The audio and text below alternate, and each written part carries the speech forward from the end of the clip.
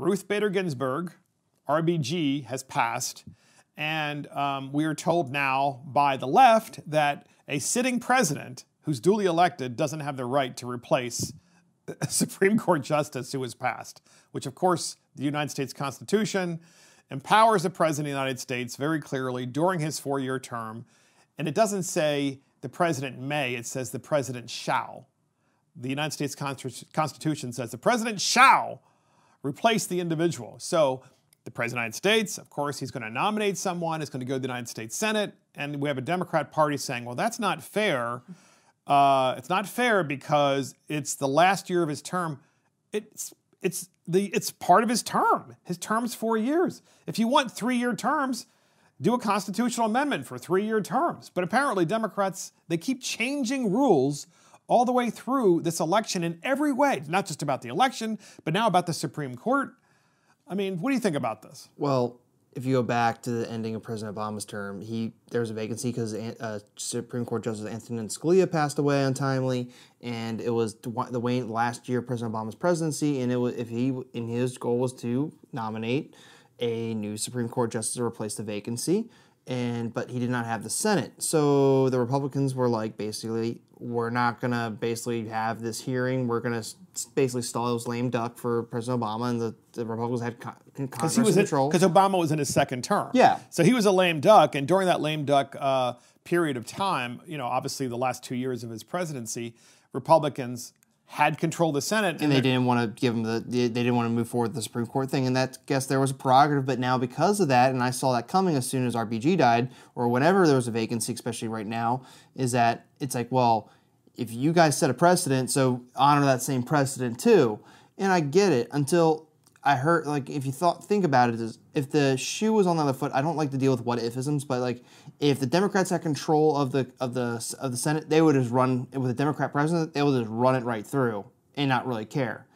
It's a little so. Do you want to dishonor yourself or get a win? Here's part of the conversation that drives me crazy. Is you indicated, not with you, but with the general public, you indicated that they would just do it because they could and they wouldn't care. It's like, well, the Democrats and Republicans, whoever's in charge, it is their responsibility, it's their constitutional responsibility to choose a replacement and get that replacement on the Supreme Court after they are nominated and after they are confirmed by the Senate. So it is their constitutional responsibility, but yet the Democrats are trying to open up this narrative, and so, by the way, so is the media, that it's not a constitutional responsibility. Instead, they're trying to rush it before the election. That's a weird argument. They have a better chance of saying, well, if you did it to Merrick Garland, you should do it now. But that's not, I guess from what you just said, that's not the argument being used.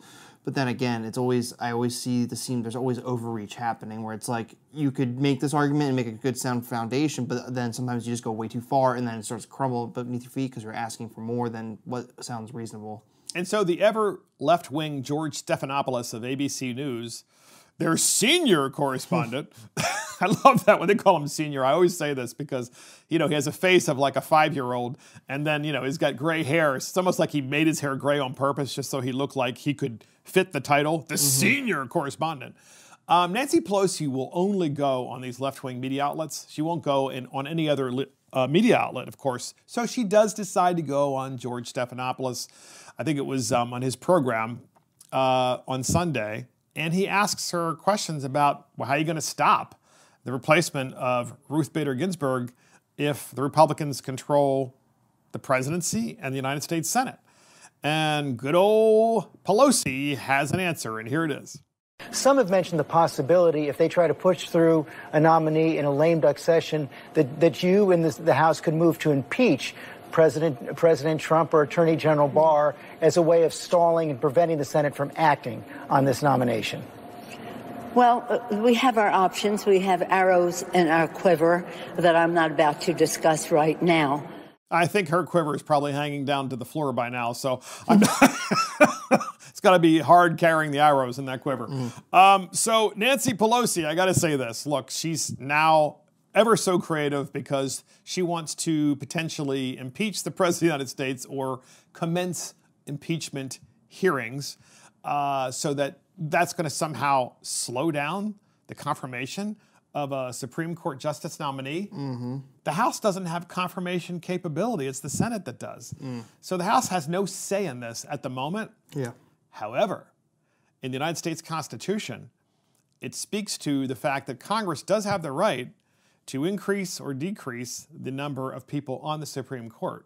So that's one of the arrows in the quiver of Nancy Pelosi that she's really talking about. They won 11 judges now. They are saying openly, and have for some time, that they're either going to increase the number of members from 9 to 11, or maybe 9 to 15, as many as 15, because they want to just control. By the way, why not just go for 15? Additional 6, because that way they'll control the court. That's what they want anyway. Yep.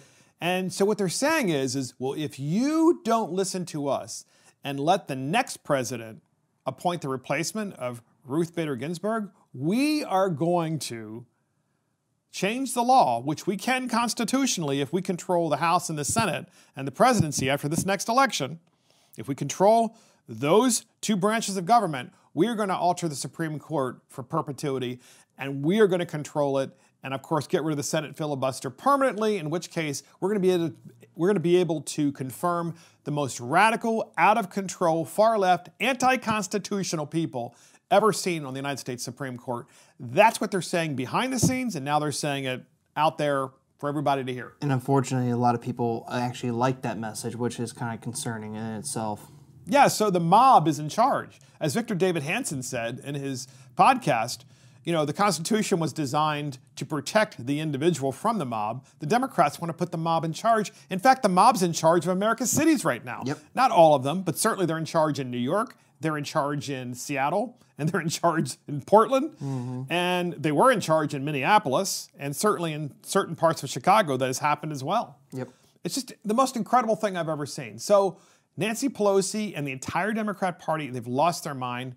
And not to be outdone, AOC also has a press conference on this very subject of the Supreme Court, which, by the way, for the podcast listeners, this is interesting, right? Because Nancy Pelosi is the Speaker of the House.